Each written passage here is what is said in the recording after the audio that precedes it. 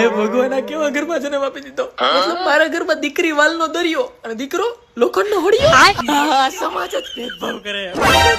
જ્યારે છોકરીઓ ભણવામાં ફેલ થાય તેના લગ્ન કરાવી દેવામાં આવે અને છોકરાઓ ફેલ થાય ત્યારે એને રિક્ષા લઈ દેવામાં આવે. ને સાહેબ એમાં મારી બેનની એક્ટિંગ, મારી બેનની એક્ટિંગ એટલે ઓસ્કર એવોર્ડ વિનિંગ કહેવાય. સવારમાં મેં રિમોટનો ઝઘડો કર્યો ને એને મને જીકી હોતે લીધી હોય હાવડી, તો બી એ રોવાનું ચાલુ કરશે ત્યારે તો રોહે. રાતે પપ્પા આવવાનો ટાઈમ થાય ને ત્યારે રાતે પાછી રોવાનું ચાલુ કરશે. પપ્પા મારી દીકરી બિચારી સવારની રડતી હશે હિપકા ભરી ભરી. એને ન ખબર હમણાં 5 મિનિટ પહેલા ભેકણો તાયણો હે. મતલબ હું ખાલી 500 રૂપિયાના શૂઝ લેવો હોય ને તો મારા પપ્પા મને મારી મારી તોડી નાખે. અને મારી બેન 4000 નો ડ્રેસ લઈ આવે ને તો એ શાબાશ બેટા. એટલે આપણે કે પપ્પા કેવા આવો ભેદભાવ, અને પપ્પા એમ કે દીકરી તો સાસરે જવાની હોય એટલે એના માટે કરવું પડે. તું તો અમારી ભેગો, અમે ભેગા રહેલા મારી પત્તર ઠોકવાની, આવું તો નહીં હાલે. આવું કેવો ભેદભાવ.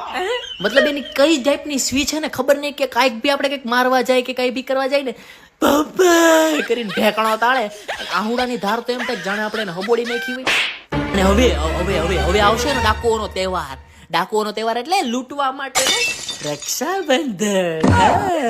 અને તમે કોઈ દી વિચાર્યું એ લોકો માટે કેટલી વસ્તુ બનાવેલી છે? મતલબ sister's day, mother's day, women's day હોતે, અને એનું પાછું સ્લોગન ભી એવા, બેટી બચાવો બેટી પઢાઓ, દીકરાને કામે ચઢાવો. અને ભાઈના લગ્નમાં હોતે હોય, જેમ કે ભાઈના લગ્ન હોય તો બેન તો એકદમ સોનપરી બનીને ફરતી, ડોન્ટ ટચ મી, કોઈ મને ટચ, મારો મેકઅપ ખરાબ થઈ જશે. એ કોઈ દિવસ તમારે ગાઈડલા લેવા, ગોદડા લેવા કે પછી વાસણ લેવા નહીં જાય, કે માર્કેટમાં કઈ સામાન લેવાનો છે રસોડાનો. એ જ જગ્યાએ આપણી બેનના લગ્ન હોય તો ભાઈ આખું ગામ એને તૈયાર થઈને આપણા બેનના લગ્નમાં ડાન્સ કરતો હોય, પણ એનો ભાઈ દાળની ડોલ લઈને ફરતો, દાળ આપું, શ્રીખંડ આપું, ભાત જોઈએ, છાશ જોઈએ. અને જયારે આપણે તૈયાર થઈને મંડપમાં પહોંચી કે બેનના લગ્ન થઈ ગયા હોય. અને આમે આપણે ભાઈની જરૂર તો છેલ્લે જ પડે ને, કે એ જાતી હોય સાસરે ત્યારે આપણને રોવું આવે. આ જેટલું બી બોલ્યો ને એ બધું મને બહુ યાદ આવે છે, કેમ કે બેનના લગ્ન થઈ ગયા છે ને, બેન હવે મારી યારે છે નહીં. I miss you, I love you Manchu. Happy Rakshabandhan advance.